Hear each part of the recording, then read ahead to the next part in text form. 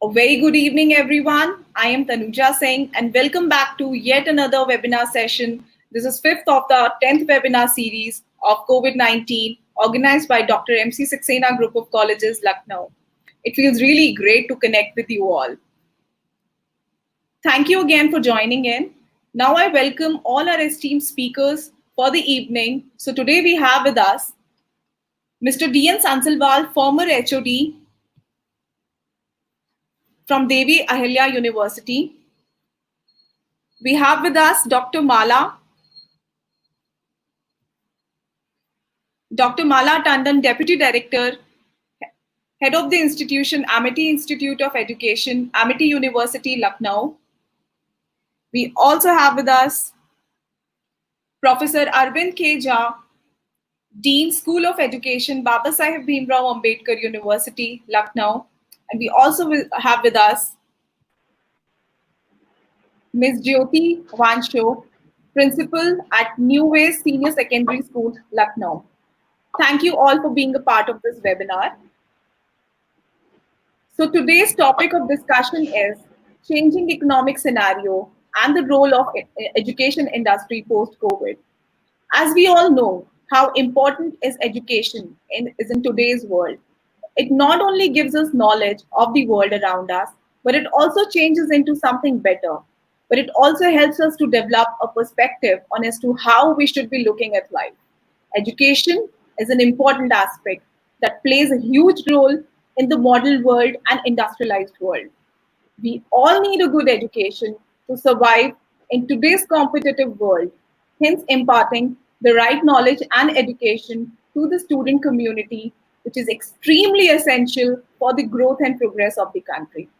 Let us now throw some lights at the latest stats provided by the Registrar General and Census Commissioner of India. This is the latest data that I'm sharing. The literacy rate of India was recorded at 74%, which saw an enhancement of almost 9% since the last census recorded. With Kerala which has the maximum literacy rate with a whooping of 93.9%, we still have states like Bihar, Uttar Pradesh, Jharkhand, which have the least literacy rate below 60%. Having said this, unfortunately, the scenario with which we are all in right now, our student community are facing a lot of challenges. With virtual classroom teaching, or to the extent on education, to do something on COVID, the scenario is a huge challenge, which our education system is facing right now. So, as a first speaker, we have Professor Arvind K. Jha, who will be talking about, who will be giving an overview about the current economic scenario of the country and the education industry during COVID. We'll be also talking about the various national and international institutions who are working towards this in the current scenario. A very warm welcome to you, sir.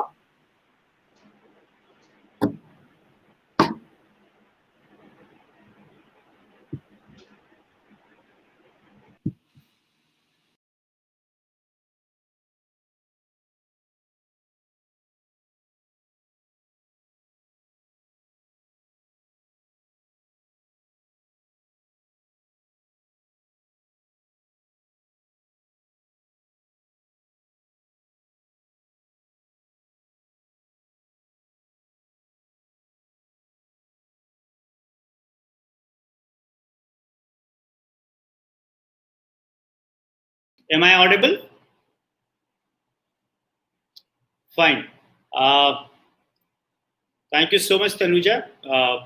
It's a great pleasure to be connected with all the listeners and the viewers who are right now connected with us.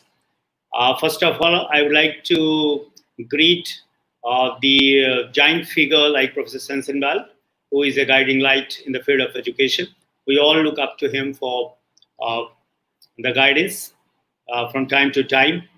And for the school education to understand that, we also depend on the leading principles of India.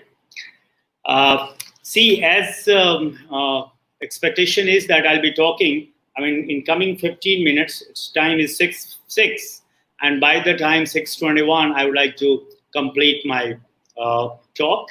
and then I would like to listen to other fellow panelists, and then some question answers.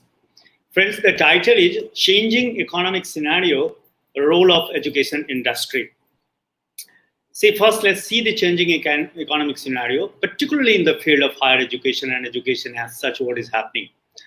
I was going through some research papers and some of the international journals which have reported the economic and financial conditions in the field of education, what is happening. See, what is happening right now, the job is at the risk. So universities are slashing their, the staff, cutting off staff salaries and pay reduction due to financial crisis, number one. Yesterday only, I was talking on one platform where four people were there, the former scientific advisor to Government of India, myself, and Professor Saxena from US, and Professor Khajanchi, two people from the US universities, and they were reporting what kind of things are going on in the education. So what is happening? Shrinking of university jobs and the college jobs, and I'm seeing that in private school education, the same scenario is going to take place in India if the schools don't open. So we need to think about the alternative plans to bring back international students. And this is one. Second, higher education policy makers are at a fix. They don't understand what to do, what not to do. And particularly in the West, what is happening, it is as I said, cutting off staff salaries, pay reduction due to huge financial crisis. Students are taking legal actions and the legal routes to get their money back. Why? Because the majority of the educational institutions are unable to part their education face to face. This is one thing. Secondly, you will find that the job creation is becoming focal point of the university life. Earlier, people were sure that if they go to the top universities of the world in India and abroad, they will have the chances to get the job immediately. But now the same case will not be. We all know why. So job creation is going to become a focal point in the university life. As I said, not only the slashing of the university staff, universities are slashing research funds, resulting in tens of thousands of research jobs at risk. Many students are considering not to return to the campus, right?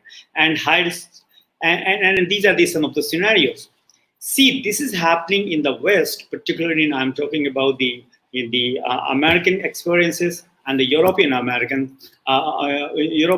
experiences. If you have some data, you'll be looking that around 23.40 billion pound equal total economic assets is there in the field of education, particularly in higher education in UK. If you will combine the assets, you will be surprised to know the government of US invest the combined, assets of 4 companies of the world. That is, you can combine Google with the Amazon or any Microsoft. You combine the assets of all the 3, and that's their investment in 1 year for their higher education. Similarly, you will be surprised to know even Australia invests $17.2 billion in their education. On the contrary, you'll be surprised to see what is the case of education in India. In India, which is happening, I was going through some papers. On the contrary, people are saying that it's the huge, for example, but actually it's not huge, very meager amount. If you find the government that has taken the measure, what I'm expecting that in coming time, government will have to invest more and more in education sector. Why and how, that I'll talk later. So this is the changing economic scenario, that the other sectors will go down and down. And for that, what the government needs to do, time and again, the sociologists, the educationists, the thinkers, they have, asked the government generously to invest in education. But across the world, particularly in India, the government has ignored that kind of. Secondly, what I'm going to talk about right now, what is the condition in India? Firstly, I would like to correct. Hurriedly, I could not see this topic, so I would like to connect. And I think that we have to be very careful. when you're talking about the education in India, please, for God's sake, don't call education industry. It is education sector. If you call it education sector, I have no problem. If you call education industry, I have a problem. Why? Because see, still Indian economy is not based on debt economy, the economy that is there in United States of America. Like in US, if you go by the data, you'll be surprised to know that at least $30,000, people take loan to pay their university fee. But that's not the case in India, right? So still in India, and it's not possible in India to look at education from the industrial point of view. Education is not an industry, friends. Education is education because it empowers you socially. Education plays bigger role. Today what is happening, I'm surprised to see majority of the people are talking like that, MOOCs is the only solution or online teaching is the only solution. So you must be very smart how to handle your technology and you can teach very well. I mean, this is the blunder. We should not, I'm not saying that you cannot do anything with the help of, see, with the help of technology only I am connected with you. But it doesn't mean this is the only way to get connected with you people. There are thousands of other ways. Even suppose for times to come, we are unable to be in touch face-to-face each other. Now, what will be the modus operandi to do that? That's the secondary issue. So first correction I would like to make that in India, education is a sector, not industrial sector. Because our economy cannot depend on the debt economy, number one. Number two, still education is considered as a social responsibility. Social responsibility means education, I mean, there are poor people, they cannot afford to spend money on higher education. And look at the higher education. How many private players are playing in the field of higher education? If you compare in terms of economy and the finance, you'll be surprised. Still, 90% the higher education is being taken care by the government, hardly 10% or less than 10% by the private sector in India. And then, if you go by the discipline wise, you'll be surprised to see why the private sector is not investing much on the social science subjects. Why I'm saying this? Education is not all about skills only. Education is not all about to learn something. Learning is not education, friends. Learning is one of the dimensions of education, number one. Number two, I mean, some people say, oh, if you know how to do something, so you are an educated person. Sorry, being an educationist, being a pedagogue, I don't buy this theory. Education, right, is much more than skill. Education is much more than knowledge, right? Education is much more than, mere knowledge. Education is much more than applying your understanding. Education is bigger than that. Education prepares you to be democratic and let people be democratic. And when I'm saying to be democratic and let people be democratic, it means to be critical conscious. Why it is happening? Just few months back, government of India had insufficient money to take care of various sectors. But just see the effect of one pandemic effect, what the government of India is doing and what rest of the countries in the world are doing. They are saying, okay, don't worry, we are going to take care of you. We have enough money. If now enough money can be created, why not earlier? And why not the post-COVID-19 impact, right? That can be created. So what is needed? Still we find education is a social responsibility. Education is a political responsibility. Education is a democratic responsibility, friends. So I'm very sorry. One day I was listening to the 4 giants in the world, like EDX founder Anant Agrawal, Sal Khan was also there, the Khan Academy CEO, even Byju's chairman and CEO, Byju's Ramachandran was there. Then one professor from Harvard Business School was there. I'm sorry. See the things are being created and projected that MOOCs is the only solution. And see the kind of data the world over things are presented. People are saying that the 100% classes are going on. I would like to tell you that even in Harvard Business School, only 51% of the students are taking, the online classes. 41% are not taking the classes. If you go by the world standard, by the World Telecommunication Union, you'll be surprised to know it's still only 60 to 70% internet access is there in the world. How can you claim that the 90% of students or 100%? I've seen some websites. Some of the private universities in India, claiming that we are teaching our students 100% online. Simply, that's not possible.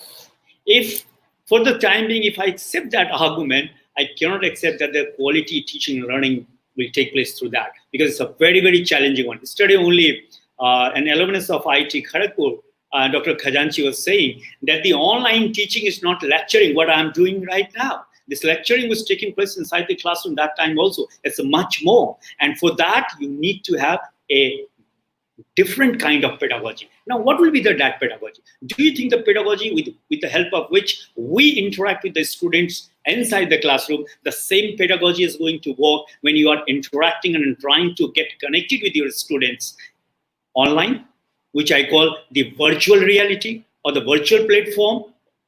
So virtual community building and the face-to-face social community building, both are not the same, right? Number one. Number second argument. So in coming time, as far as the economy is concerned, what we'll have to do? Number one, first I'll talk from the perspective of the policymakers. See, policymakers will have to think about that. Education sector is the sector which prepares the human capitals, right? Who are the key, who play important role in different sectors, right? To grow your economy, to provide the jobs to the people who are not even educated, friends, the people who are not skilled even, right? This is one argument. And that's why you need to invest more and more in education, which is not taking place. Number one. So policymaker will have to understand that why education has to be brought into the center in its visionary documents. Yes, when I'm saying education, I have always made a point, education comes only after health, right? If you're not healthy, you cannot be educated. First, you need to be healthy. You need to take care of your health. But see what is happening. One small change in the nature, one small virus has demolished the mighty nations of the world who is to claim that they have the world's best health facilities in the world, who is to claim that they have got the best infrastructure in the world. I won't like to name because some people will get offended out of this, but see the condition of the top American countries, the top European countries. What happened? What happened in the United States of America? And what is happening? Till date, it's number one, the victim of the COVID-19. Second, see the condition of European countries. See what has happened in Italy, what has happened in Germany, what has happened, Spain, etc., etc. So, the future is very uncertain. But unfortunately, what is happening across the board, people are again trying to predict the future from the perspective of the certainty. Future will remain future. And that's why in teaching and learning, from now, I'll talk it from the perspective of the teachers and the students. For the teachers, what is important is that always prepare yourself and help students to prepare themselves to know the known, to meet the unknown or to face the unknown. Right? What is happening right now? What almost all educational institutions, whether these institutions are the medical institutions or the engineering institutions or the management, I don't understand. You are acquainted with your students with the known phenomena, and then you are expecting that the same product will, when they will enter into the job market in the world and they will think about that they will be brave enough to face the unknown world. That's not going to happen. Yes, that will happen when you have this sound understanding of the education as a social and political phenomena and a cultural phenomena as well.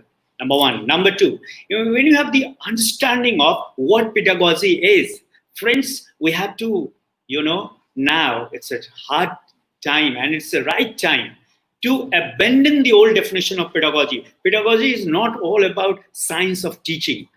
Earlier, people say, oh, it's not only science of teaching, it is a science of learning. It's also not only science of teaching and learning, it is something more. And that's why I've always made a point. If I ask teachers, what do you teach? They say, oh, I teach physics, or I teach research. Okay, I teach mathematics. Actually, friends, you don't teach subjects first. You don't teach what you know. You teach what you are. So your being is your teaching. and see the kind of preparation that is taking place across the campuses of the world at the primary level or the secondary level or the higher education level. What is happening? We are very, very conservative and myopic in our understanding. And that's why teacher has to learn. I mean, I would like to quote Delors Commission report, to learn how to learn, not in the known situation, but to face the unknown situation. And that's why I'm against the tutoring. I'm against the coaching. I'm against to pouring the information in the minds of the students. No, I want them to become a thinking being. They should be, whatever they are, they should be on their own. And then only, see what has happened. Continuously, WHO was saying that, oh, in a 1 month, in a 2 month, in a 3 months, we are going to have the vaccine for COVID-19. I'm not changing. I have full faith in science. Definitely one day, science will be in a position. Among all the disciplines, I do respect science. I being a student of mathematics, right? No discipline can match its, the ultimate, knowledge, epistemic base that it possesses. Secondly, but what has happened? Nothing has happened. Now, what is happening? 7 countries of the world are trying to experiment that which medicine will work, right, as an alternative medicine. And different kind of research they are doing, because they have realized that in coming time, we are not going to have the COVID-19 vaccine. So what I'm saying, we need to create people who are innovative, who are creative, who can find out different solutions. And this is what for teachers is challenging. It's not how to deliver your content online, friends, frankly speaking. How will you help your students to understand something? Understanding is much bigger than to have information, friends. On the part of the students, what they need to do, I mean, what I'm saying, they're increasing their screening time too much, and their mind gets tired. And out of this fatigue factor, they have hardly some time left to think what I'm reading, why I'm reading. I mean, sometimes I wonder the way I conduct research, and I ask myself, why am I conducting this research this way? Should I conduct this research this way because somebody else has it? The entire paradigm of educational research is a borrowed paradigm of research. They have copied it either from the physical science or the natural science, or you can say the social sciences. Till date, thousands of education all over the world, people are there, but we are not in a position to say, oh, this is the research methodology for the education. And this is what I wanted to say, friends, that in changing economic scenario, the way it is taking place, right, world is not going to remain same. And that's why, as far as the education sector is concerned, again, remind me, for me, education is not industry, and education will not remain an industry. And the day education will become industry, the result is in front of you. It's the small indicator that if you are not creative and innovative enough, either educationally or socially or economically or managerially, right, the world is going to be very, very difficult for all of us. And that's why we need to have an alternative paradigm of thinking. We need to have alternative mode of thinking. And that's why yesterday only I made a statement. What is education? I mean, I'm surprised to see that still world over when people talk about education means content delivery, interacting with the people to have the mastery over the content. I mean, very first question, why should I learn mathematics? If my learning mathematics is not going to help me to make my life better and helping others to become better one, what is the use of learning those mathematics? If my mathematical understanding is not helping me to understand whether the reality is objective or subjective, and if I have to visualize reality in terms of dichotomy or the binary, what's the right perspective? Here only, my time is up, and so I stop here. If any question will come to me, I would love to have interaction, and I'll try to answer. Thank you so much, ladies and gentlemen. And now it's over to Tanuja.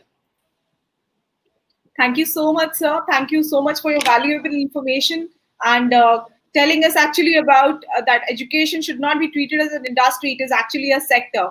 And so coming next, we have a speaker, Professor Mala Tandon with us. Just connect with ma'am. Okay. So, Professor Dr. Mala, who is currently working with Amity Institute of Education as a professor, she is also head of the institution with Amity University, Lucknow. She has more than 25 years of work experience in this field of education, teacher education, and master trainer and administrator at several teaching education institutes, having held position as the head of the institution, director, and deputy director of institution. She has published many research papers, many national and international research papers. So, welcome to this webinar, ma'am. Ma'am, you have to unmute your mic. Thank you. Thank you. Thank you, Tanuja. You're welcome, ma'am. So, ma'am, we want to know from you what exactly, like we want to know from you, like who all are the stakeholders in education industry, and what we have thought about their well-being for teachers, for students, and for all the education aspirants. Okay. Thank you, Tanuja. First and foremost, a very good evening to all present here today. I hope and pray that you are safe and doing well along with your families. And I must thank the organizers of this webinar for inviting me to share my views on a topic which is of great relevance and to be thought about. So now, not wasting much time, I would like to move on. And here, to begin with, we need to come to terms with the fact that we have to learn to adapt to the new normal post COVID 19. Everybody knows the situation, everybody understands the gravity, and the need of the hour is we need to see the bigger picture to understand the changing economic scenario and understand the role of education. It's very important, as we know that we are already aware, much aware, that learning is a lifelong process. It's not just learning or cramming the books or the stuff that, like Dr. Jha said. So learning being a lifelong process, irrespective of age, gender, and access to sophisticated resources, we need to continue learning. We continue learning from each and every situation, day in and day out, at every step of our life, irrespective of our age. Even though we passed our school ages, still date we are learning and we will continue learning. And we would also agree that with digital technology, learning has become an unstoppable experience. But we need to understand the need of the hour is one needs to have a passion and willingness to perceive a crisis as an opportunity, to discover something new, to have a positive perspective towards situation. This is very, very important. The kind of attitude and the aptitude that we have towards things. COVID-19 has presented before us one such situation of crisis where the only option that we have is to learn to manage the crisis and develop the skills and strategies to cope up with it. There are only two ways: either you live or you perish. So, to sustain, it is very important that we need to learn, you know.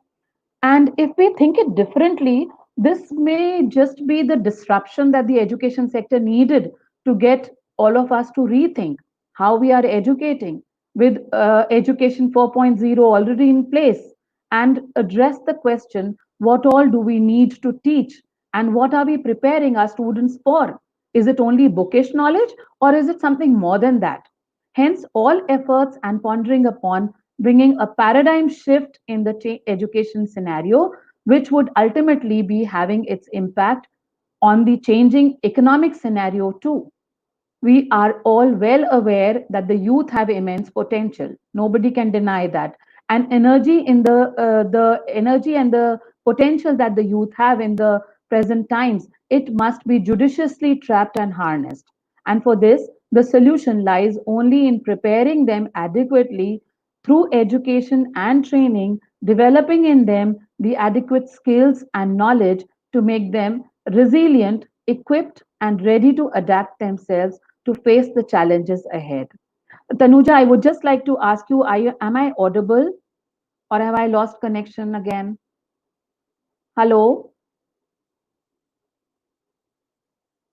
Yeah, Hello? you are Am I audible. audible, Tanuja? Okay, You are thank you. audible. Thank you. I Please go ahead. thank you very much. Okay. So it is very important that we learn to adapt ourselves and be ready to face the challenges.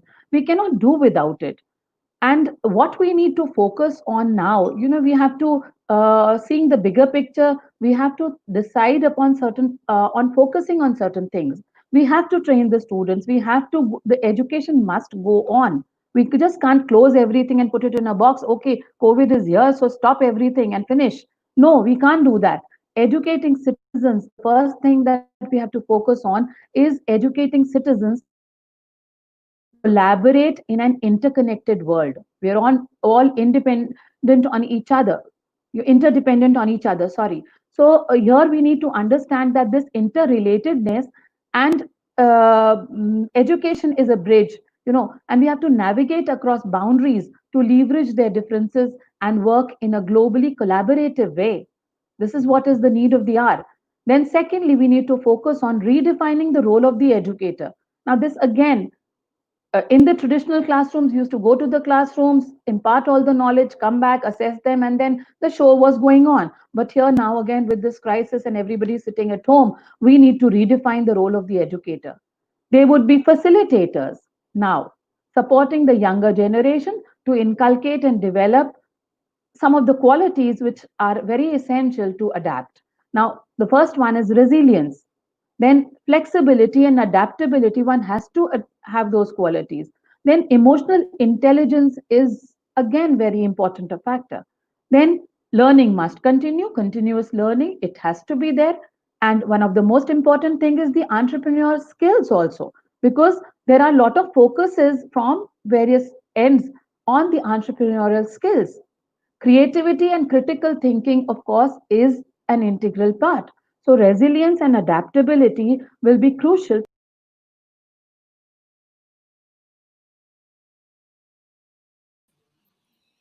in the I think we've lost connection with Mala ma'am. She'll be connecting us soon.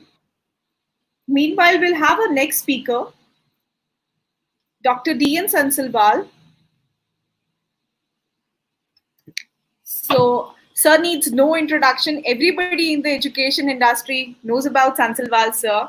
He's inventor for jerk technology, which can be used by teachers or trainers to achieve the following objectives. It can be used by students for active learning. It can make learning very joyful, and there are a lot of benefits of jerk technology. So I think we have Mala ma'am connecting back.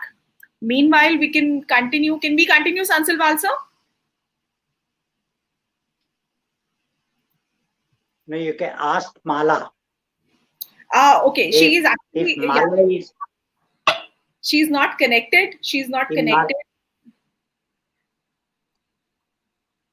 so then let me finish, and then she should not join in between then. Sure, sir. Sure. So do I start? Yes, sir. You may start. So, sir will be talking about the innovative teaching skills a teacher can possess during this COVID-19 crisis. So,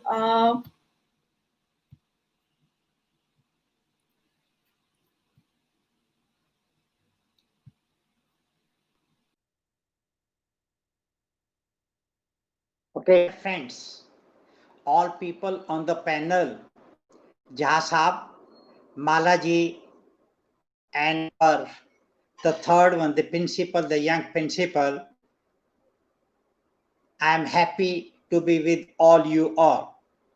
See, I will like to talk on new skills of teaching that the teachers are supposed to imbibe and the job opportunities. So this I will be teaching new type of the skills. Number one is that we have to learn how to develop the thinking of the students. We have been neglecting the thinking because in the classroom, most of the time, the emphasis was on giving information. But in reality, giving information is all right, but it is not all. So we have to go ahead and we have to see that the thinking of the students get developed. side by side reasoning. In fact, the people, those who study languages, etc., there are lot of developing thinking. And in science and mathematics, it is mostly the reasoning part. But both these have to be developed in the students who to either the languages or the social sciences or humanities or whatever it is. This is important. So, and for developing the thinking, there are tools which are available, and these tools are given by Edward Debo, and he has come out with a program which he calls his court cognitive research. So if the exercises are given to the students, then over a period of time, the thinking can be enhanced. Similarly, for reading also, you can give exercises, and when you are giving the exercises, the students definitely, when they are involved in doing those exercises, the reasoning gets developed. The next is that we have to have the new teaching skills. Because of this COVID, no one knew beforehand that such a type of thing will happen, where all the institutions of a school as well as a higher will be closed for over a pretty long period of time. And therefore now the people have started at their own to use a new type of technology in their hand. Like some of them were making PPTs and they were sharing these PPTs online to the people. Now, so making the PPT and then trying to integrate and trying to help the students to learn is not a simple job. So teaching skill is very important. It has to be changed, because when you are in face to face, then the teaching skills required are different. And when you are not face to face, the same teaching skills will not work. You have to have additional something else also. Another is that we have to go on the online teaching. So when it is a face-to-face teaching, the skills are already there and people know it, and people are being trained when they do their, say, Bachelor of Education. So those skills are there and they are given training in that. Now we have to think of some additional skills which will be used whenever people want to do it online. So therefore this online is a very important thing and has to be done, and we have not paid much attention to it, and we have not identified the special teaching skills which are required when the students are taught online. The another important is the self-confidence has to be developed. This self-confidence has not to be developed only amongst the teachers, but it has to be amongst the students. Because when the students are in a class and there are many others, the classmates, the scenario is very different. And when you are at home alone, then this scenario is not the same in the class.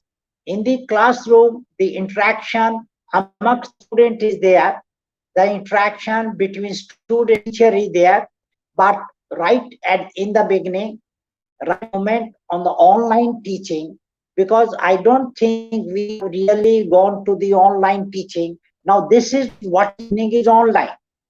All of us are connected, so this is online. But this online is in fact to a greater extent is a one way. Okay, it not two-way. Two-way only that somebody will ask a question and the person who are presenting, they will take the question and they will reply. This is only things. But you are in a real classroom, then things are very different. Okay, so therefore it cannot be the same. So you have to develop a confidence in the student as well as in the that under such circumstances you still help your students to understand and learn many things. Now there are many say skills which really cannot be developed in the students when you are online. So you have to think of what all those which cannot be done and how to get that developed and what more other things are to be used. So self-confidence has to be there, both of the teachers as well as the students. Another important is a independent study habit has to be developed. Most of the students, they do not independent study habit, because see, at home they are supposed to be alone. They are with their material. The books are there, maybe other material is also there, and they learn. But really, will that help? Sometimes, the child is there in a room and he is books and he is unable to study. He mugs up the things, he crams the things. No, not say learning. So therefore, you have to think that when the student is there alone, and therefore when he is trying to study, then how actually he should study, so that he is not only at a knowledge level, but he moves to the understanding level, and if possible moves to the application level. So the study habit is very important. We have paid attention to it. Another is, you cannot use the same methodologies of testing. You have to have the different methodology of testing. This is very important, because in the teaching process, testing is a part of it. Because whatever the teacher is teaching, the students, whether they are understanding or not, that is done during the teaching. Sometimes teacher asks questions. When the students answer, so teacher can get a feeling whether the students are understanding or not. Apart from that, there are midterm tests are there. In some of the schools or in the universities, they have, say, monthly test, or sometimes they have in one particular semester the 3 tests or something like that. This is very different. Now the methodology which we is just paper pencil. I think we move from paper pencil to the other type of thing. Therefore, you have to now think of developing what earlier time called question banks. So each teacher should have a question bank, and it must be used for testing the student. It has to be done online. But understand, may not suit to everyone, because we are India and we understand that there are different places where the electricity is not available. Some of the students may not have the smartphone, or some of the students may not be connected. Okay, these are the things we definitely will try to take us little bit back. Wherever it is possible, we should try to have. So we should different methodologies of testing. Another is the classroom skills. This is important.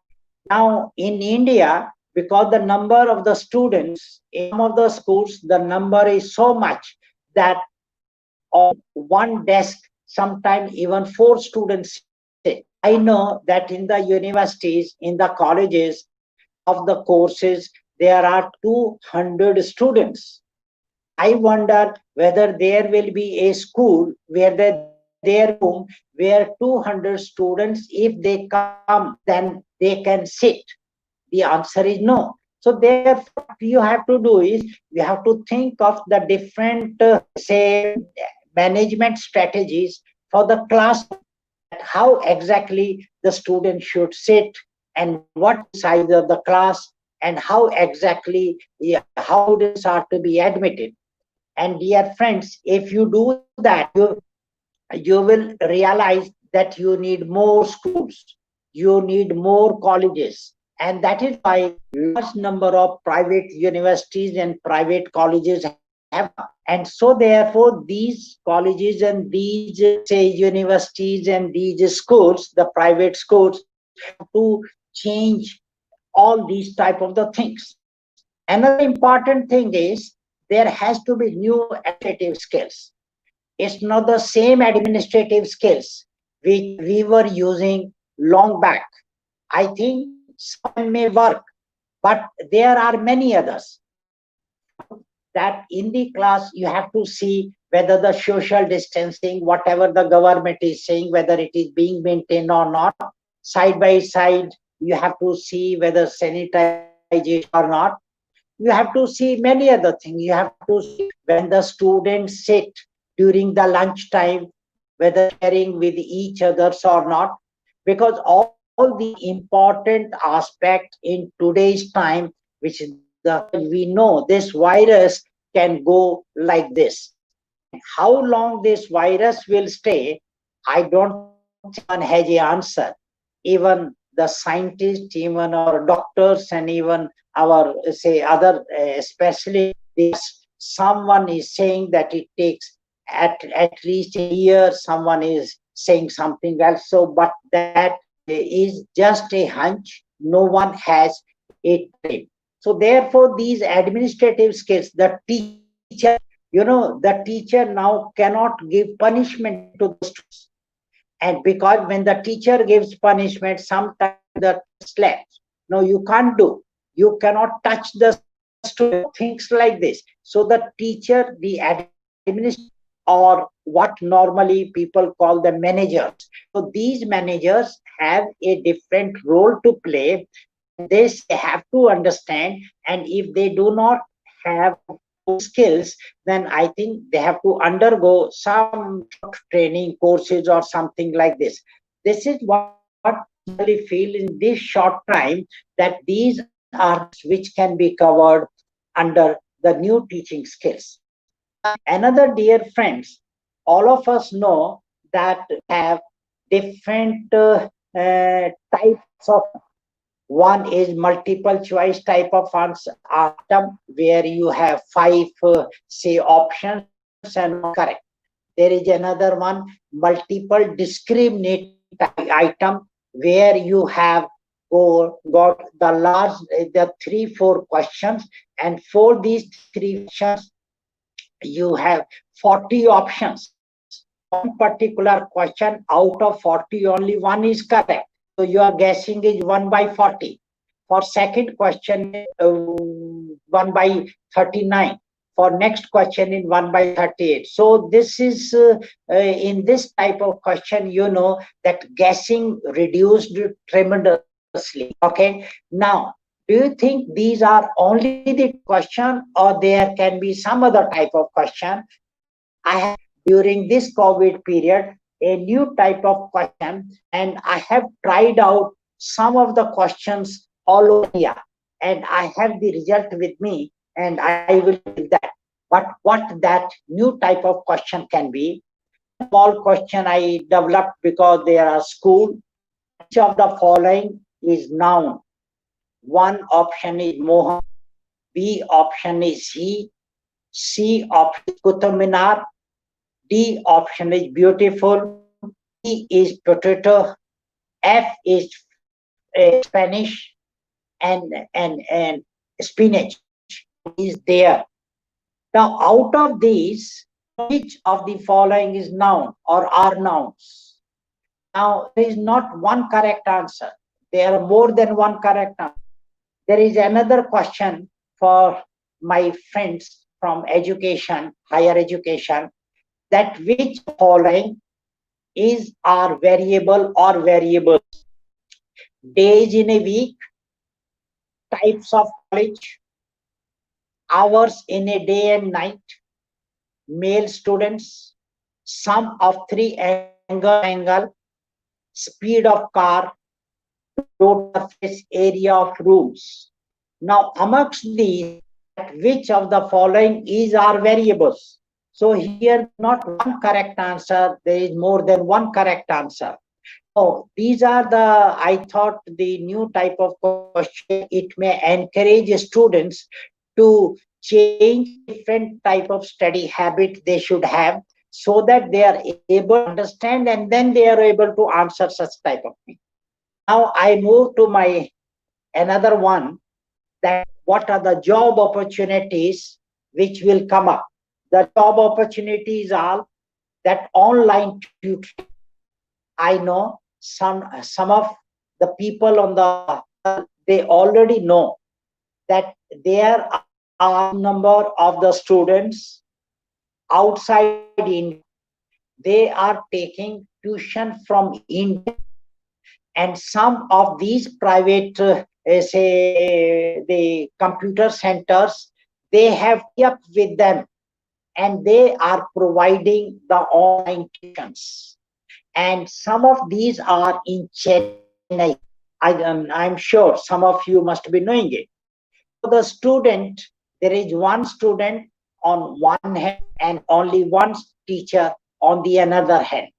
Therefore, the teacher and the student, there is an interaction, and the teaches that particular student the mathematics online.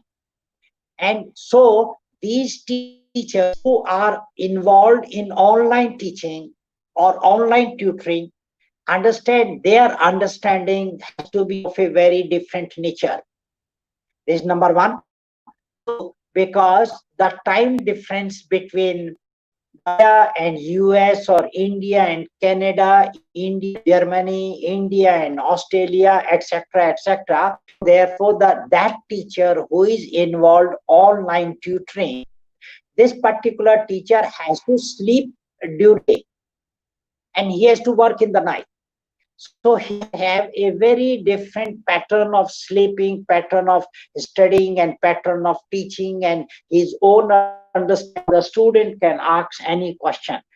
But this provides a new type of job, and I know that many of the teachers who are regular teachers in schools, they have left their job and they are involved in the online teaching, because here the payments are very high payments and many other things, challenges are there. Another is that now we have instructional designers, because when you have books, people just write books the way they want to write. Now, if you see the material which IGNOU has developed, they call it, and these modules are structured in a very different fashion. So therefore, when you are developing the instructional material, so therefore you need a lot of people. Now, you know that some of the people who are now developing the online material, they need a lot of people who are the designer, number one, who are the subject specialist. Now, these are the new type of things which are coming up. So therefore, instructional designers is another one, and maybe some of the institutes, some of the universities may start having a course like this. In Department of Education, one can have a instructional designer course. Another is material development. Now, this instructional designer and material development, they can be combined. But material development does not take care of the instructional design. Material is only, for example, that how to teach the geometry. For that, we develop the material.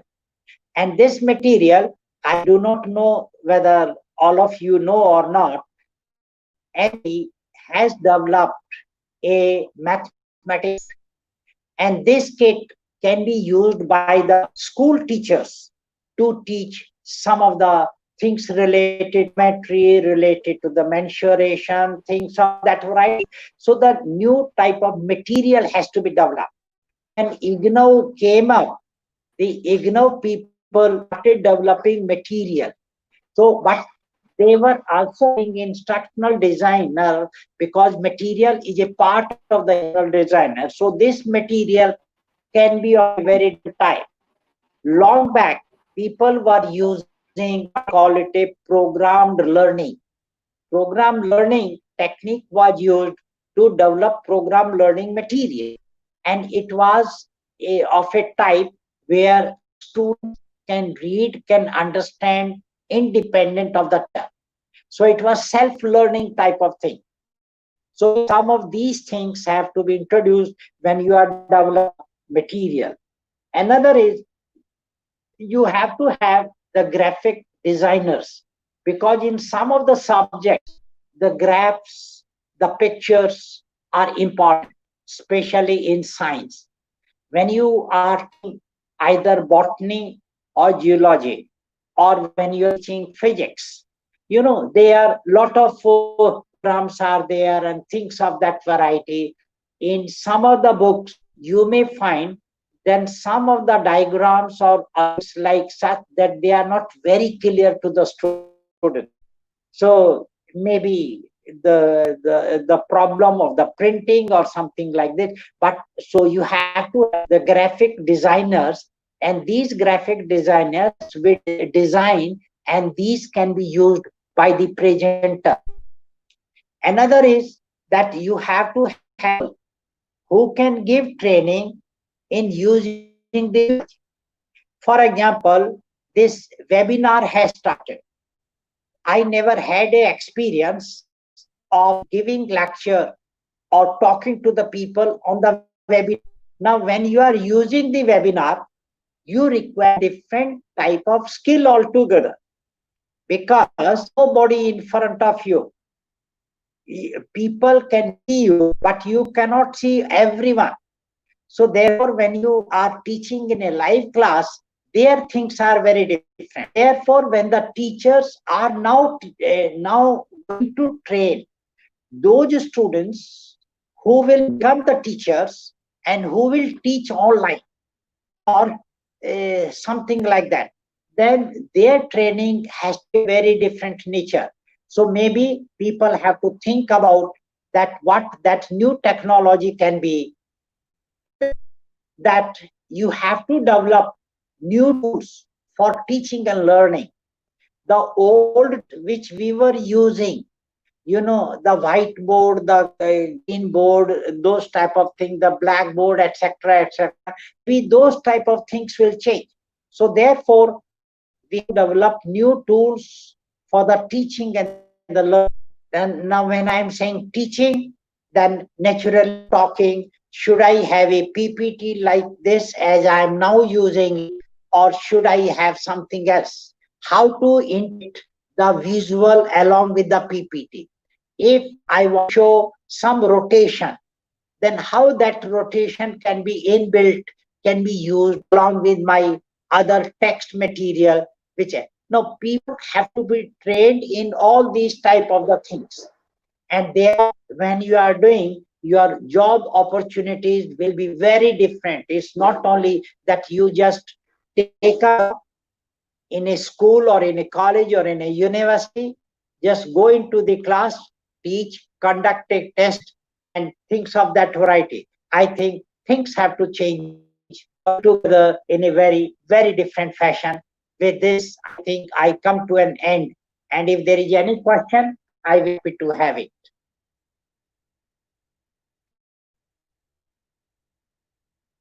Over.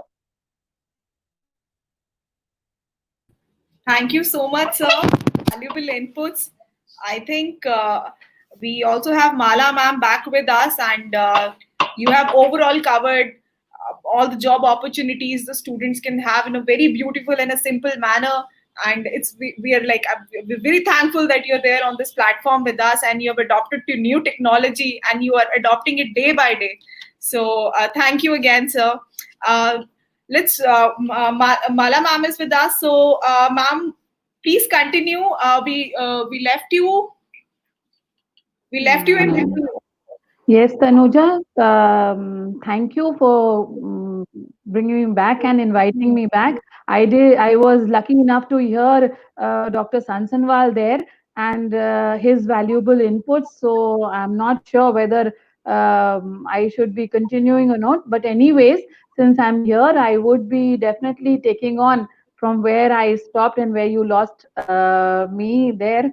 And sir has of course given so many insights into the process, because as we understand that learning should not stop, And as I was talking about it, so what I was trying to tell at that time, I'll try and gather it again and hope it connects. So what in this scenario, what we needed to focus on, I was talking about that, I think. And the first point that was there, I was discussing, was that educating citizens to collaborate in an interconnected world.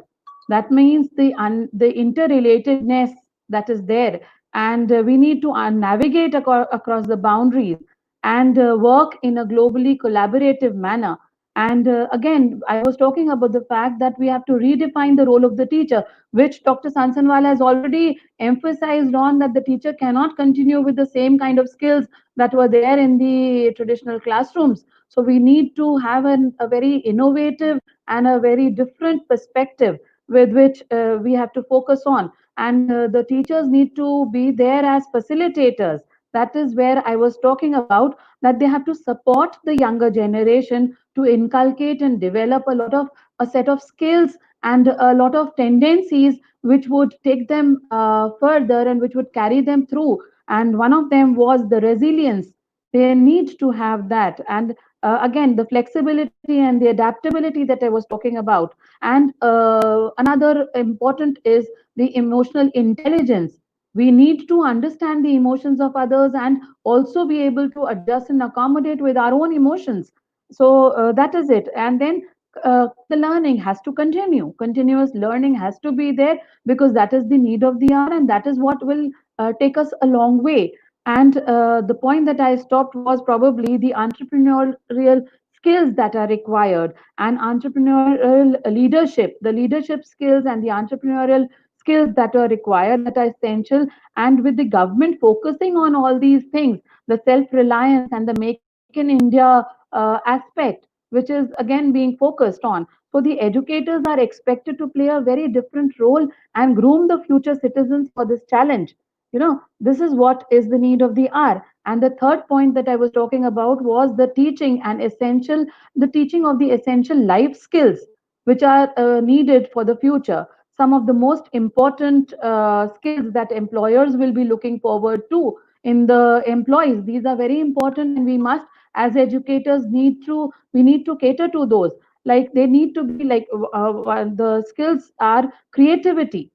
We will be needing creativity, communication and collaboration, of course, has to be there. And alongside that, empathy and emotional intelligence cannot be left far behind. And being able to work across the demographic lines of differences to harness what we say, the power of collective. We have to work together and in collaboration and collectively through effective teamwork, skills that are proving to be essential to navigate effectively through this pandemic. It is all across the globe, and we cannot avoid it. So we have to be a part of it. We have to learn to adapt to it and grow with it, of course. Then the fourth point is that unlocking of and optimizing the use of technology to deliver education, which is already being done in full force. I understand that there's a lot more to be done. All educational institutions are trying their level best to make the technological tools available to create e-content, which of course Dr. Sansanwal has already talked about, that we need to create a lot of content, and therefore the job opportunities related to it. So the e-content for remote learning for students in all sectors. In near when I fail to see that in near future, say around another 6 months, we will be able to get back to the normal classroom trends. And when we are not able to go there, we need to have some content to keep the continuity there. So that is what is important. And though of course still a lot of things have to be done, but a lot is being still done in the learning management systems. A lot of things are being developed, new e-tools are being developed, teachers are being trained through the, even though a lot of free tools are being offered online, the Google classrooms are there, there are so many other things. So people are making use of it. Of course we will be trying, it's a new phase, it's a new learning, so we have to adopt. We just can't change overnight. So things have to be there, taken in that stride. Then another important aspect which we cannot overlook, besides all the learning and the teaching and everything, is above all, it is very essential to ensure the physical, mental, emotional, social, and spiritual well being of our stakeholders. We have to take care of all our stakeholders, the students, teachers, parents, and above all, the management and the administration itself. Mental health and well-being, which is very important aspect to get things going, needs adequate attention and care, and teachers will definitely play a very very positive role in bringing about this paradigm shift also. So positive thinking, metacognition, compassion, which is very essential, care and empathy should be the pillars of support by creating a stable society post COVID-19 times. We all need each other. We cannot deny it that we can sustain on our own. We need everybody's help. And as we all know that we need to focus on this. And फिर जान है तो जहान है. So we have to ensure that everybody is living, everybody is safe, and everybody is continuing. With this, I would like to conclude, and I hope I have been able to give some food for thought. We need to learn, unlearn, relearn, and move on. Gratitude, awareness, mindfulness, positivity, and happiness are the focus points. We have to focus on that because it is again the survival of the fittest. So stay safe and healthy. This is what I pray for. And thank you for being a patient audience.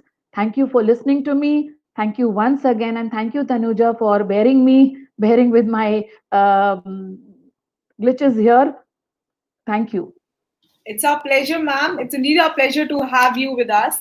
And thank you so much for bearing with us, in fact. There was technical difficulties, but it's okay. It's pretty common in life It's part sessions. of the game, yes. Yeah. So we also have a next speaker, Mrs. Jyoti Vanshu.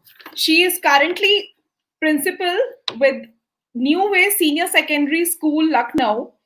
Welcome, ma'am. Welcome to this session.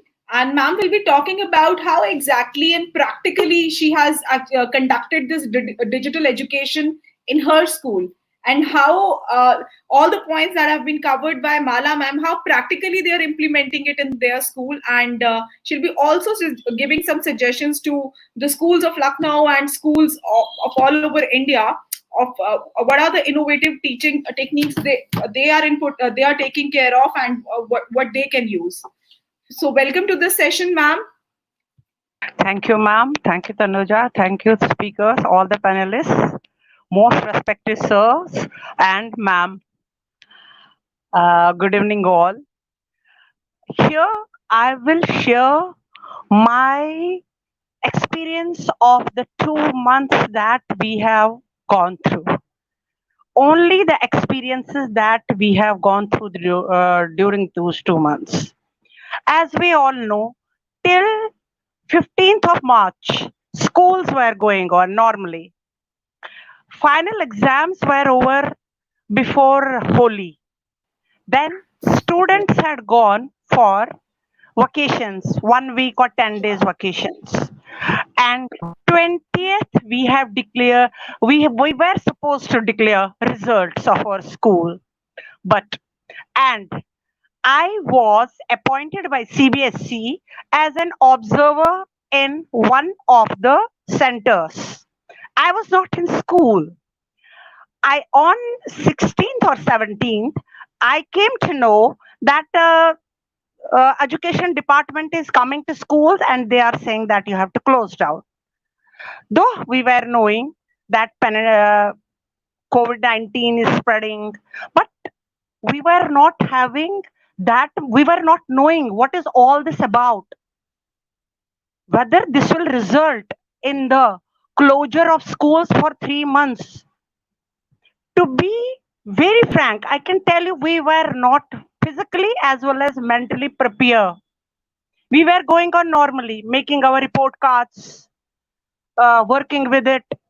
And I was not in the school. I came to know that education department is coming to school and they are saying like this. 19th, I went into the school and again we got a call, please close the school. Though teachers were not there, my office staff was there. I was there. I we closed the school. Now we also give SMS to the parents. We are not going to declare result tomorrow because of this COVID-19. We are not going to. We cannot call the parents as social distancing is it has been already declared. So therefore, though we had on televisions, we were listening that this is to be done, this is to be done. But to be very frank, everything was not clear. But we postponed the results. Then again we gave an SMS that 23rd March we are going to give you the result. But again we came to know no, we are not going to give this. Then 25th March I had a just like this first time we use the digital conferencing. To be very frankly, I'm telling you, I had a conferencing with my teachers. Now, what to do now? They said, "Ma'am, let us discuss. Let us give the results." I said, "How we will give the results?" They say, "We can send individual SMSs. Report cards are ready. We can send photographs." We agreed. Okay, that is fine. We intimated this to our management that sir, we are going to follow like this. They said okay, they were happy. Yes, yes, yes, we should do, because we had our new session to start from 26th of March, and I always wished that our studies started from there. Meantime, 25th evening, just like we are conferencing, my teachers, all subject teachers had conferencing. First, they gave a call to each and every parent telephonically or through messages that we want to convey something to you. And can you come to the, yes, there were people who came on this dais, and they had a talk with the parents that this is going to happen. We don't think that schools are going to open, but results are there. We can send you the results. You can see the results, and we want to start with the teaching. Now, how the teaching will take place? Everyone is not. Though we had so many computer teachers, they had discussion. They helped a lot to other teachers how to conduct the classes. First, we started with WhatsApp classes. What is WhatsApp class? But we were not knowing what are the means, how we are going to use this app, how we are going to use that app. We started education, or we started imparting the teaching through WhatsApp groups. For every teacher made a WhatsApp, though we were having WhatsApp groups, now new classes are there. WhatsApp groups were made, books were not with the children. Teachers send reading material. After reading material, they made aside. They discussed things with them. They made, we can say, just sir said that video classes were made. Teachers started giving video classes. They used to make videos and send it to the children. Response was good. Parents were happy. Then again,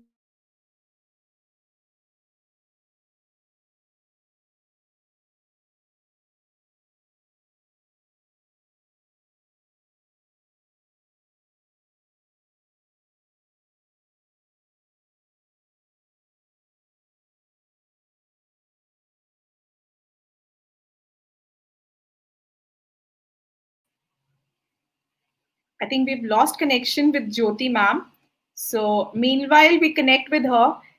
We have few questions from our audience. Let us take few of them. So please tell if there's any. Okay. So there are a lot of comments pouring in, and everybody is very happy with the kind of session they have. It's a very informative session according to the students. So we have this question: is the technology inclusive, fair, or unbiased in education? I believe. So, any of our speakers has anything to say here?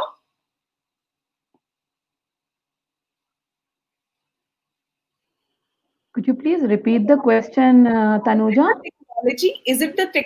Is the technology inclusive, fair, and unbiased? So I think the person really wants to know: is the technology actually fair for the digital education, or it is unbiased, or it is? I'll tell you, of course, sir would definitely give more input, but then I would like to add on here is that it has now with teaching in the remote sense, it has brought a lot of transparency. Believe me, the parents are connecting. With the little children, the parents are sitting at the back and assisting them to in their classes. So they are very observant of what the teachers are trying to tell.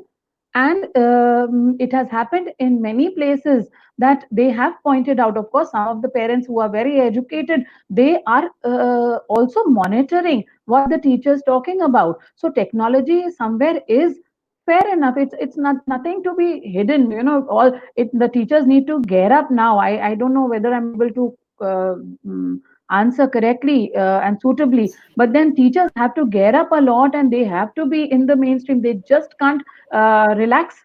They have to have that kind of will to teach properly in the classrooms. They just can't take it easy. That's where I feel that it is unbiased and it is transparent. I think sir would add on more to it. Over to sir. Thank you, Malaji. And I would like to thank you for your brilliant presentation also. I would like to learn from you all. Thank you. I would like to add only two things. From the perspective of digital device, yes, it is a biased because the question of to have access and not to have access. But as far as the nature of technology itself is concerned, to a great extent, it is unbiased. But yes, from the concept of digital device, it is a bias in the sense those who have the facility to get access to all the contents available in the world, all sorts of platforms. Like today, I'm talking on StreamYard. Yesterday, I was talking on another platform. So I'm acquainted with 100 platforms. But those who don't have access to this, for them, it is a completely biased. Second one, biased not because of its own nature, but because biased due to the kind of infrastructure and the policy that we have, number one. Number two, if we can provide schools to all, why not we can provide internet access to all, right? Secondly, its object, it is not biased in the sense that the content that is available, everybody has equal right to get access to that if it is accessible to you, and you can use or misuse the way you want. Are you getting my point? But see what is happening. There's one course I wanted to enroll myself on EDX, and today only I got the one very personalized letter from Professor Agrawal, who is the CEO and MIT professor. Now, technology has also power to remain objective and unbiased. And so I was thinking, oh my God, just a few days back, we were listening to each other, and today I'm getting the personalized letter. So through technology or e-content, you can, make a brilliant impact on the minds of these students. So this is my response. Secondly, what is happening? I fully endorse Professor Sansalva's point that, it's not that e-content cannot do, but the e-content still at a fancy stage. Yesterday, Professor Khajanchi from University of Nebraska was saying, because he has done a lot of work on that, and he was sharing his understanding of e-content. He is an alumnus of IIT Kharagpur and teaching as a professor there, as a professor of information science. I mean, we need to do a lot. Days are gone when you know how to create your PPT. Nothing. You just speak out, and there are software, they will give you the ready-made PPT in front of you, right? Today only, if I want to share anything, I'll click this button, what is called share screen, and whole data that I have in front of me on my desktop, I can share with you. Forget about that. On MIT platform only, for the MIT students and others, I was delivering a lecture 3 days back regarding the research in humanities. I had never thought about that. I was also only talking about the research in education, but never I thought that one day people will ask me to deliver some lecture on research in humanities. When I'm saying research in humanities, that means I'm the language and literature. So, some technical problem was there, and people say, so can you share your desktop. So my desktop was completely controlled by the Noida office. So today things are changing very fast, right? And that's why we teachers have to be, you know, first a literate. Digital literacy is important. When I'm saying digital literacy, doesn't mean you should know how to work with the mouse and the keypads, but you need to know how to integrate three things. First, your content knowledge. Second, your pedagogic knowledge. Third, the technology. And that's why it's an old one, no? Nothing new. I'm saying TPAC. So, and then as a pedagogue, you have to differentiate between the content pedagogy knowledge, pedagogy content knowledge, and how to merge with the technology and provide to the students for the personalized or individualized learning. So, keeping this in mind, yes, e-content, e-learning, e-technology, or online or virtual learning is completely unbiased. But in terms of accessibility, it's still biased. And demerit is not due to the nature of technology itself, but the way it is available to us. That's it. I would like to stop, and I would like to listen to Professor Sansalva's responses to this question. Sansalva, sir, you have something to say here. Yes. Yes, if you think there is a time, they can come in. Is time? Let's finish this. Okay, can I come? Okay. Say at first, whether the technology is by or not, actually technology, the way it is to be used, that is what is more important. Technology comprises things. Number one is your hardware. Number two is your software. This soft part that you have to have, it depends upon the person who is developing that particular software. If Professor, if he wants to write on a particular topic, see, his writing will be very different than writing of the Malaji. And what Malaji will write, very different what I will write. So therefore, thought part, how exactly it has to be presented, there are large number of tools available. I know beforehand that there is something, like StreamYard, and there is something like, say, the Google Drive, or there is something Zoom or things of that. I used to read in the newspaper, but knew that a day will come when people will be using it. I stop it here by saying that it's not in that sense, but it is biased the way it is to be used by the person. Because when Malaji will use, she will use it in a very fashion than what the Jhasa will use or I will use. In that sense, the things will be.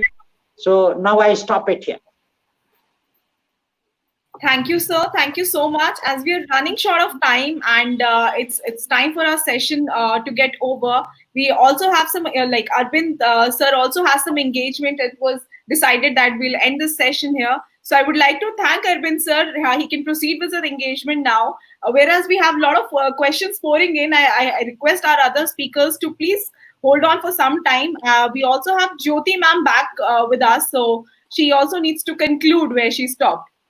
So before I leave, Tanuja, thank you so much. I take permission from all the panelists because I have my another engagement. I had already promised, and that's why the schedule was changed. But I promise, Tanuja, you can do one thing. You can collect all the questions. My email is with you, all right? And you can share with me. I'll share with you. If you can reach to all the audiences, you can share my responses to them. Thank you so much, ladies and gentlemen. Namaskar, Shubhratri. Thank you so much, sir. Namaskar. Thank you.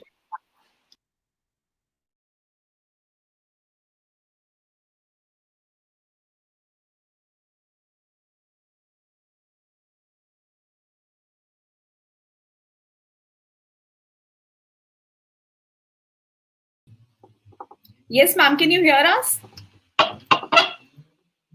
Ma'am, your mic is muted. No, I can hear you. Okay, I can hear you now. Please continue, ma'am. Okay, I was telling you the experiences that this COVID has given us. And being Indians, I can say we are very positive people. Positive in the sense that we never lag behind because of any of the circumstances, whatever it may be. We faced the challenge, though we were not, we can say, so, that familiar with all the digitalizations or using of new methods, but we tried. And I'm thankful to the parents who always supported us, who always used to send thank you notes that, ma'am, you didn't waste the time of the children. It's not only that we taught them the lessons, every time we were with them for complete 12 hours, though in the school timing is for 6 hours, but since morning till evening I used to find that children are busy sending something or the other to the teachers. In the meantime, we were always connected with the Department of Education. They were always helping us and telling us how you are going to use these modern means. And they have also sent certain apps which we used. Our DOS sir is very intelligent person. He is always helpful, and he has launched various apps. Even our central government has launched the apps for all the classes, nursery to class 12, and we have used them. In between, there were some challenge that Zoom is not a good app. It is privacy of the people are being exposed. But our teachers, again, they worked so hard every day. They used to send when the new passwords, they used to send new IDs, but they did not lose the patience. They went on with these digital classes. And one more, as sir said, the different tools of you can say tests were conducted by our teachers. Tests were conducted in different forms. They were oral tests when children were sitting, though there were certain challenges. Some children, they had already shifted to their original places, means in the rural areas where we have the difficulty of connectivity. But parents, they managed. They used to call me directly that, ma'am, you continue with it. We are managing. And we have seen that people have taken internets, they have purchased, even our we can say the poor people, they had purchased smartphones for their children. But again, I can say I have faced the challenges. Sometimes I used to get the calls from the parents, ma'am, I have only one phone and I have three children. How we will manage? But my teachers, they had all the children, and lessons were given to them, notes were given to them, assignments were given to them, even projects were given to them. CBSE has this time given different types of projects, and pedagogy classes were conducted. Children were divided into groups, and very enthusiastically, very creativity was there. We can say creative. Our Indian children are very inquisitive. They want to know how to use the technology, and they have learned a lot. Even small kids of second, third, fourth, they have learned because we are getting the feedback from the parents that our children, even parents have learned a lot. I can say they have learned a lot. Even the home makers, they have learned how to use these modern techniques. So we are thankful to the parents. I am thankful to my teachers.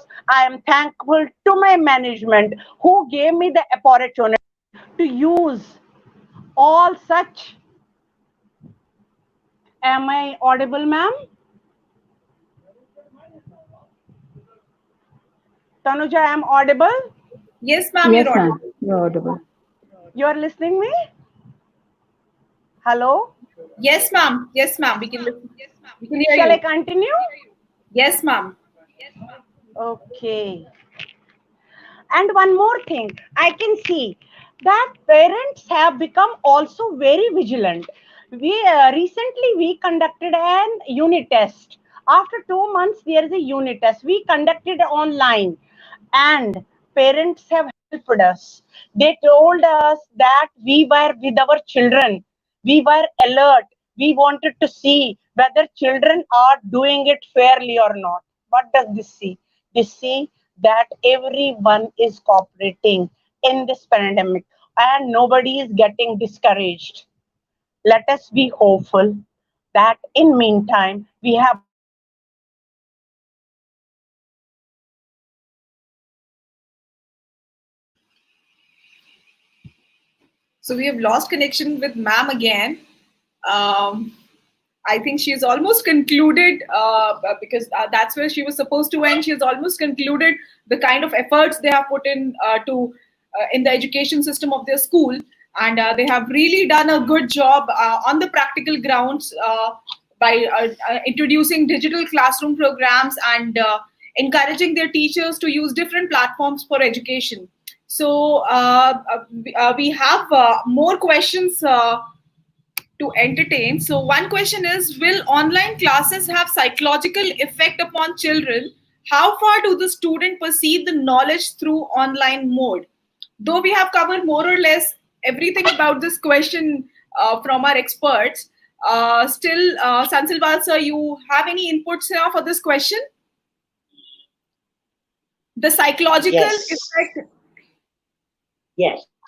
See, when, as I said, when the students are in the class, they are with their friends. There is a particular social circle in that particular. But when they are at home, they are alone. And when you are alone, your completely will change. So therefore, and what I learned from lot of people, that child is busy right from morning till evening. This is too much, because in the schools they have recess, and where they have the other type of the period where they go in the field, they play and things of that variety. Now that was missing in this particular thing. So therefore, with online, everything is not very positive, but something is better than nothing. That's what I personally feel.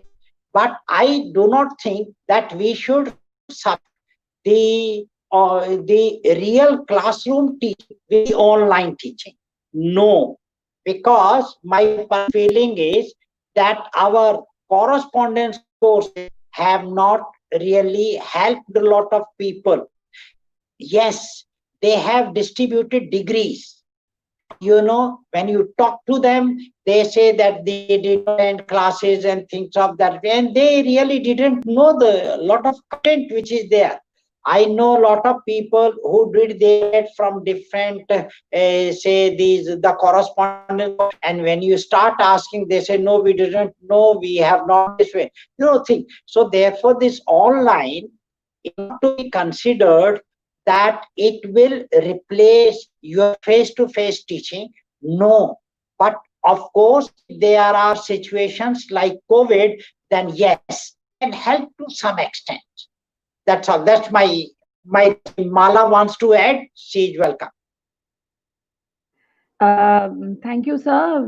Yes, I agree with you. Definitely, face-to-face teaching cannot be replaced at all. Teacher can in the classroom cannot be replaced. Agreed. But sir, we are not only talking about online teaching and the points that you mentioned about the distance education. Definitely, children are not able to learn very well. But here, when we talk of remote learning, in the remote learning, the teachers are connected with the students there in the classroom, in a virtual classroom mode, and so somewhere there is a connect. Definitely it is not going to fulfill the gap that has been created there, because when children play with other children, the peer interaction, the teacher taught interaction, the school environment, that has a lot of psychological impact itself. But then again, as you said, something is better than nothing. So the learning must go on, the show must go on. So till the time being we are able to go back to our normal classroom, traditional classroom systems, and where they are able to interact, the gap need not be created. The children need to be in the stream, and they need to learn to adapt to the new normal. That's what I have a say on. Psychologically, of course, it is impacting, and we. That's why I said in my presentation that compassion, empathy, that the understanding, those pillars, the supportive pillars are very essential, where we need to be with each other, and the mental health. I see, I have heard a lot of adults also talking about many mental health problems.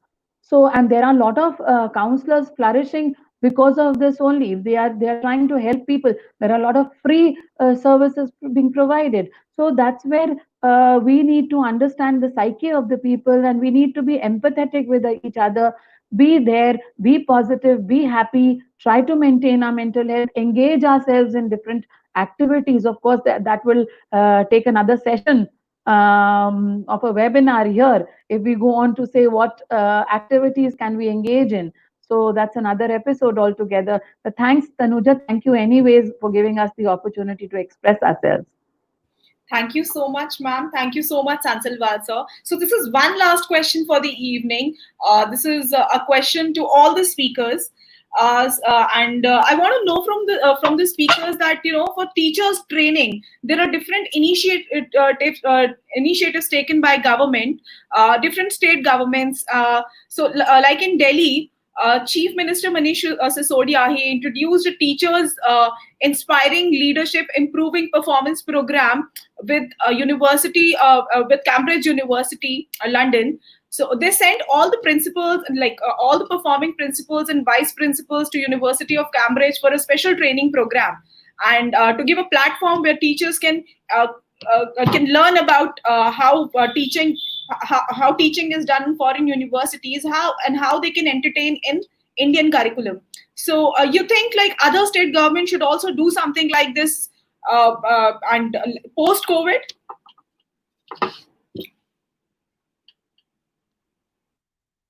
Ma, you like to reply to that? After I'll take it up, or you Sir, want me to say? Right. take the call, please. Yes. Okay. I'll say. Say, let me tell you very clearly, I'm not very happy what our the education minister Delhi, he has done it. See, system in India and the outside system, both are not same. If you take one from here and try to try it at some other place, the same will not work, because it requires a different type of fertilizer, temperature, different other things, etc.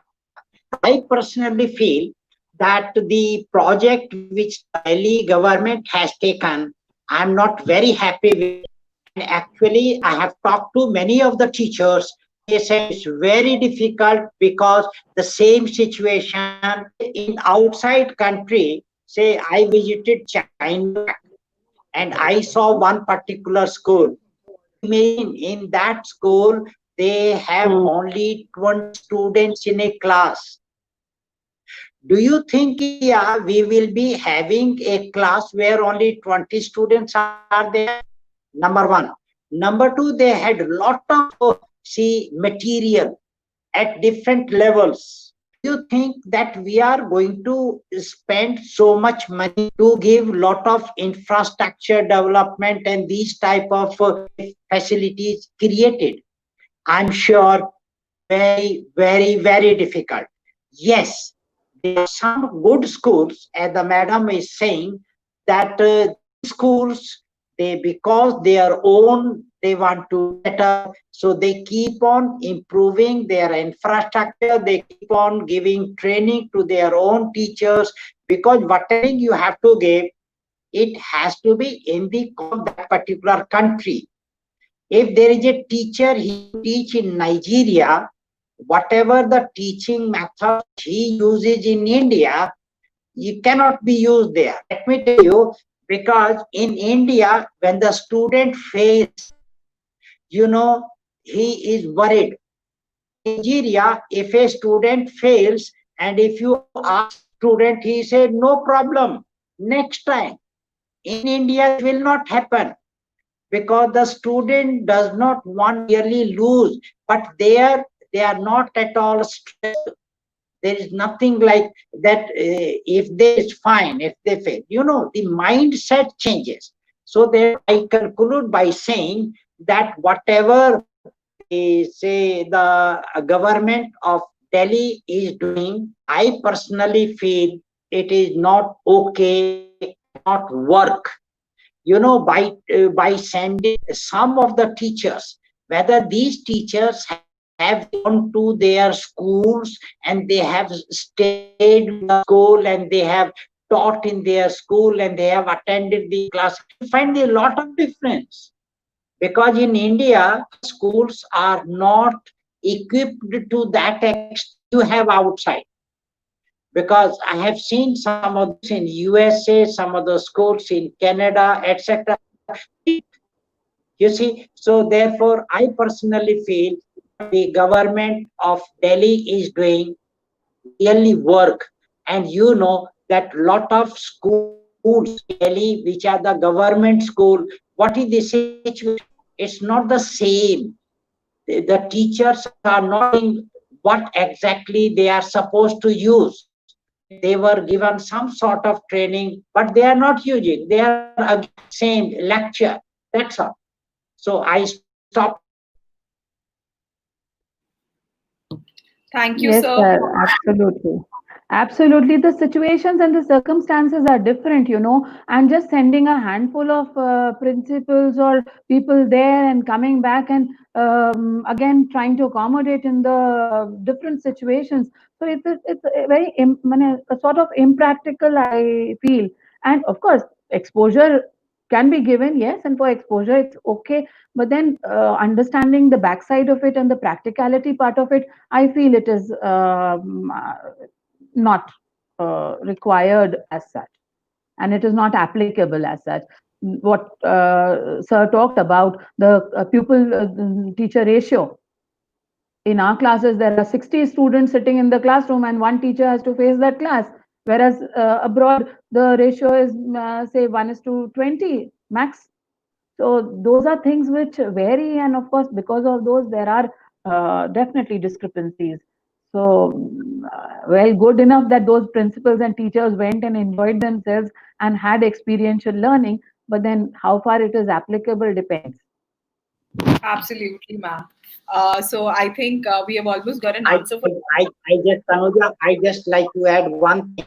When micro teaching came to India, in India, we started develop our own material. We started finding out what should be skills in which our teachers must be trained, and they have to be India specific skills. Therefore, the micro teaching was taken up, and the different teaching skills and their components were developed, and they were Indianized. They were not borrowed from outside. We had our own system of teaching. The name is same, but the way we did it is not same what it was done outside. So therefore, models of teaching. Now, what models of teaching people are doing outside and what we are doing here is very different. Things like this. Thank you very much. Thank you, sir. Thank you, ma'am. Thank you so much, everyone. It's almost time that we have to conclude, but Jyoti ma'am is back with us. Ma'am, if you have anything left to share, you have already shared a lot about the school and the current education scenario and digital education that you're doing at school. So, is there anything else you want to add upon? I Have your don't mic? Teachers want. is concerned. Hello. Yes, ma'am. I think CBSE is doing its best. Every time, I can say every month, there are trainings given to the teachers at different venues. This year, I think every subject teacher is being given to different teachers teaching different subjects. Trainings are being. I don't think that we need to go abroad. As Sir has said that the scenario is different, circumstances are different, everything is economic infrastructure is different.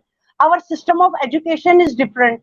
Therefore, we should depend on our indigenous things only. But we have to adapt to the new situations because we never know what is going to happen another day. Therefore, we have to be prepared always. Listen what our organizations, our seniors, our counselors, what they are saying, and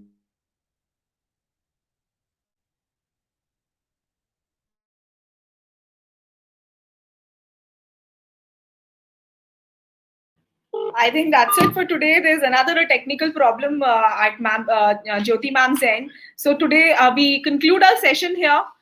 Uh, so thank you so much. Thank you so much, Sansilwal sir. Thank you so much, Mala ma'am, for being here on this platform and sharing your diverse knowledge about education sector. And there are a lot of points that I have noted, but I think we are running short of time to mention all of them again. Uh, so thanks to all the viewers and all the viewers from Facebook and YouTube who are watching us live. Do like this video, share this video with your friends from education industry, with teachers, with everybody who wants to make their career in education. And do subscribe this channel. We are coming with our more webinars. We are left with 5 more webinars in education. One more webinar for education sector. We have one webinar left for management and engineering students. So stay tuned, like this video, share this video, subscribe this channel for more updates. Thank you so much, everyone. Thank you so much, speakers, for giving your valuable time Thank you. on Sunday, and thank you so much. Thank you, Thank you, Sansil. Tanuja. And in case there are questions, you can always mail us and we'll give Sure, the ma'am. answer. Right. Thank you. Good to see you, sir, here. We'll stay connected. Okay, Thank you. Mali. Yes. How are you? I'm good. I'm great. How are you, sir?